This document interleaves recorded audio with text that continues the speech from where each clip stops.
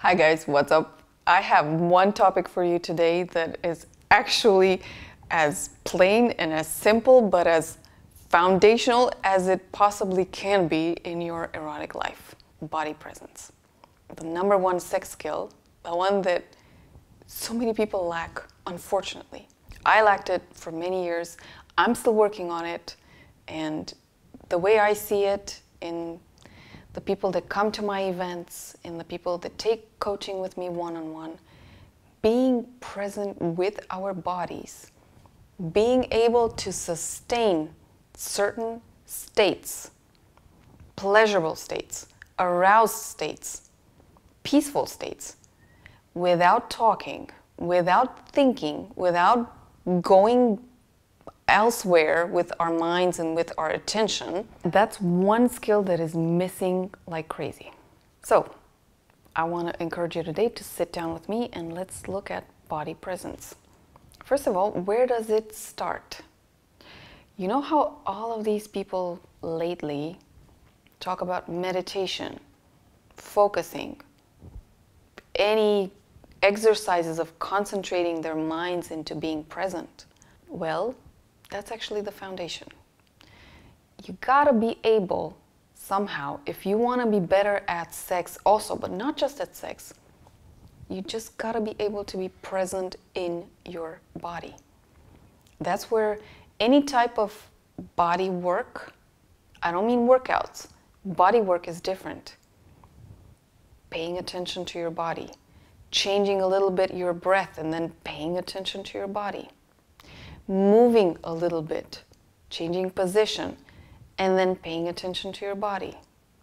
Touching any place on the body where it feels pleasurable, obviously. Not necessarily erotic pleasure, just pleasure, sensory, sensual pleasure. And then paying attention to your body and how it feels, where that state is felt best, how it moves in your body. So just paying attention to your body stories, that's where it starts, with small, simple exercises for the body, and then paying attention to it, being present with them. Secondly, whenever your mind, because it happens to everybody, whenever the mind just wanders away, wherever your attention goes, your energy also goes. So you're out of your body, you're thinking about something, you're absent in your body. Whenever you realize this, because this is the toughest thing, and whenever somebody comes to coaching with me, that's my first skill. Spot somebody when they're out of their body and then bring them back and have them look at, well, what changed? You were absent for a minute, a few seconds. What changed? It's really much heavier or harder to do it on your own. So your mind wanders. And when you realize, because at a certain point you realize, wow, where did I just go? Okay, I gotta come back to my body. What changed? It's gonna be tougher when you do this on your own. But this is the part, this is how working with your body to increase your presence is actually, this is what the work looks like. Third, how much energy or charge can your body handle? It doesn't have to be erotic. We're talking about how much breath, intense breath, can it take before you either get bored, so you zone out again, or before you get dizzy because your body just can't take it anymore. Yep. Again, I'm not talking about erotic energy. I'm just talking about energy charge. Breath, it's going to do a lot of things for you. If you've ever gone to breath work or holotropic breath work exercises or workshops, then you know what I'm talking about. If you've never done this, well, trying out just simple, deeper breaths or faster breaths or more intense breaths through the nose or just through the mouth, that's a lot harder for people, and seeing how much your body can take before it gets dizzy, that's also being present with your body and figuring out or realizing what your boundaries are. Physical boundaries, what your capacity is. And then, and last but not least, What does the rest of your life look like? What are the clothes that you wear normally? What are the places that you go to, and how comfortable are they for you? From your own home to your workspace, to where you're going to unwind yourself. Yep. If I were to sit all day in this chair and shoot videos, I'd have some nasty back pains and some cellulite and some circulation problems and so on. That's not, with all those problems, it's not going to do much for my erotic expression and my capacity to hold erotic energy.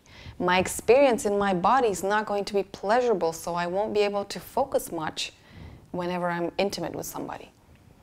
That's valid for everybody. What we do with our bodies in the majority of time can affect, and it does affect, the quality of our intimate lives. For the simple fact that sexual intimacy and emotional intimacy also requires body presence, pure and simple. And it's not just you're comfortable and you're healthy. It's also how concentrated are you on your body? How do you tell when you're okay and when you're not? How can you also feel into what your lover is feeling in a certain moment? It seems simple. It's like everybody knows, yeah, meditation, be present in the body, the highest form of spirituality, being present in the body.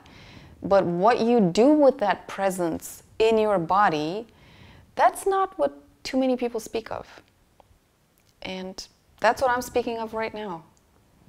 How do you manage your body presence, and how do you turn it gradually, slowly, into juicier, intimate moments?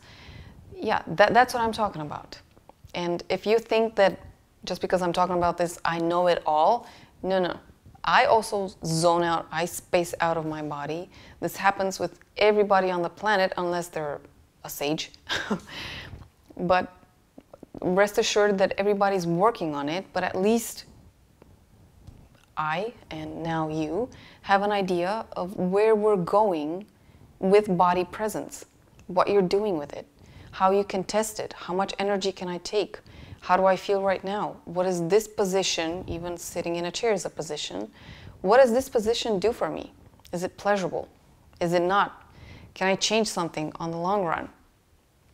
How do I unwind myself? How do I work with my body to keep it young, to keep it flexible, to keep it healthy, to keep it in shape? Because we all know sex is also workout. So these things matter. Now, if it's Chinese to you right now, although I'm not speaking Chinese, don't worry. You can listen to the video one more time and you can start wondering or start thinking about how you can do at least one small thing to figure out what your body feels like. And if you're advanced, then you already know that your body communicates. The pangs, sometimes of pleasure, sometimes of pain, signals that your body sends you when you're eating something that's not necessarily good, when you're in a place where it's not necessarily good for you, when you're in the company of somebody who's not so great, or vice versa, when you're doing things that are pleasurable, you already know what the triggers are in your body that communicate those things. Triggers or signs or whatever you want to call them. That's for the advanced of anyone out there. And that's also an insight where you can go with body presence. And why I believe this is the #1 sex skill that we need to cultivate and we need to have. So, in hopes that this shed more light to you about this connection to your body and the presence in your body and what it actually means for your intimate life, I encourage you to check out my videos on Udemy. They are under this video, and see which one inspires you, which one opens new perspectives for you. And also, do take advantage of the offer that I have around holidays.